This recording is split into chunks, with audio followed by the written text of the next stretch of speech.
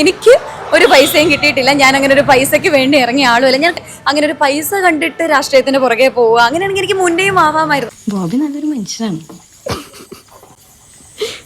അങ്ങനെ പൈസ കണ്ടിട്ട് ഒന്നിന്റെ പുറകെ പോകുന്ന ഒരാളല്ല ഞാൻ. അതുകൊണ്ട് തന്നെ എനിക്കത് കിട്ടിയിട്ടില്ല. അതുകൊണ്ട് തന്നെ മറ്റുള്ളവർക്കും കിട്ടിയിട്ടുണ്ടെന്ന് ഞാൻ വിശ്വസിക്കുന്നില്ല. പ്രധാന കഥാപാത്രം എന്ന് പറയുന്നത് 2020 ഏറ്റുമാനൂരിലെ സ്ഥാനാർത്ഥിയായിട്ടുള്ള ആതിരയാണ്. ആതിരയെ കുറിച്ച് പറയാനാണെങ്കിൽ ആൾക്കാകെ 10-25 വയസ്സേ പ്രായമുള്ളൂ. നിയമസഭാ ഇലക്ഷനിലെ ഏറ്റവും പ്രായം കുറഞ്ഞ സ്ഥാനാർത്ഥിയാണ് പുള്ളിക്കാരി. ഇതൊക്കെ എന്ത് ആള് ചെറിയൊരു ഇൻഫ്ലുവൻസർ ഒക്കെയാണ്. പാട്ട് പാടും, ഡാൻസ് കളിക്കും, അങ്ങനെ എന്തൊക്കെയോ കഴിവുകളുണ്ട്. എന്നാൽ ആളുടെ ഇപ്പോഴത്തെ പരിപാടി എന്താണെന്ന് വെച്ചാൽ കേരള സർക്കാരിനെ താഴ്ത്തിക്കെട്ടലാണ്. കൂട്ടത്തിൽ കേന്ദ്ര സർക്കാരിന് നല്ലോണം പൊക്കി അടിക്കുകയും ചെയ്യും. ദൈവമേ ഇവിടുന്ന് നാശമാക്കും. ഗതാഗതം അത് പറയുമ്പോൾ നമ്മുടെ KSRTC ബസിന്റെ വീതി, പടികളുടെ വീതി കുറച്ചു, മികച്ച ഗതാഗതം എല്ലാം നമുക്ക് തന്നല്ലേ. എനിക്കൊരു എത്തും പിടി കിട്ടുന്നില്ല ഈശ്വര. എനിക്ക് എന്നെ എത്തും പിടുത്തം കിട്ടുന്നില്ല. പിന്നെയാണ് നിങ്ങൾക്ക് അത് കറക്റ്റ്. എല്ലാ ദിവസവും നിങ്ങൾക്ക് റേഷൻ കിട്ടി, കിറ്റ് ഒക്കെ കിട്ടി അല്ലേ? ഇതൊക്കെ ആരും തന്നത് LDF അല്ലേ?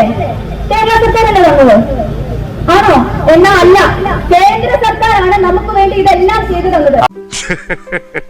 എന്നെ പൊക്കി പറഞ്ഞ് സോപ്പിടാനുള്ള പരിപാടിയാ കള്ളന്മാര്. കേരളത്തിലെ റേഷൻ അരി, മികച്ച വിദ്യാഭ്യാസവും ഒക്കെ കേന്ദ്ര സർക്കാരാണ് നൂലിൽ കെട്ടി ഇറക്കിയതെന്ന്. അതൊക്കെ ഗോപാലകൃഷ്ണൻ ഒരു നമ്പർ അല്ലേ? പക്ഷെ ഇതൊന്നല്ല കേട്ടോ.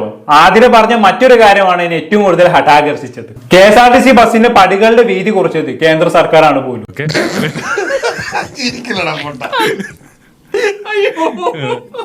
ൾക്ക് മാത്രം ഇത്രയും എവിടുന്നാണ് വിവരക്കേടുകൾ കിട്ടുന്നത് എന്നുള്ളതാണ് ഞാൻ ആലോചിക്കുന്നത്. ആക്ച്വലി KSRTC ബസിന്റെ പടികളുടെ വീതിയല്ല കുറച്ചത്, ഹൈറ്റ് ആണ്.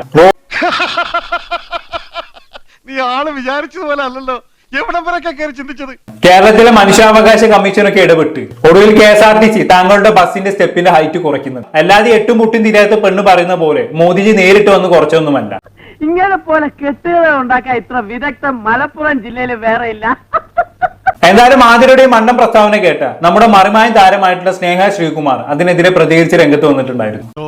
സെക്കൻഡ് വെച്ച് ഞാൻ സ്ഥലം വിട്ടോ, എന്നെ അന്വേഷിച്ച് സമയം കളയാണ്ട് നീ മുങ്ങിക്കോ. ആ ഒരു ന്യൂസ് ആർട്ടിക്കിൾ നമുക്കൊന്ന് വായിച്ചു നോക്കാം. KSRTC ബസ്സിൽ പടികളുടെ വീതി കുറച്ചത് കേന്ദ്രം, ലേശം ഒളിപ്പ്, ആതിരയെ പരിഹസിച്ചു സ്നേഹ ശ്രീകുമാർ.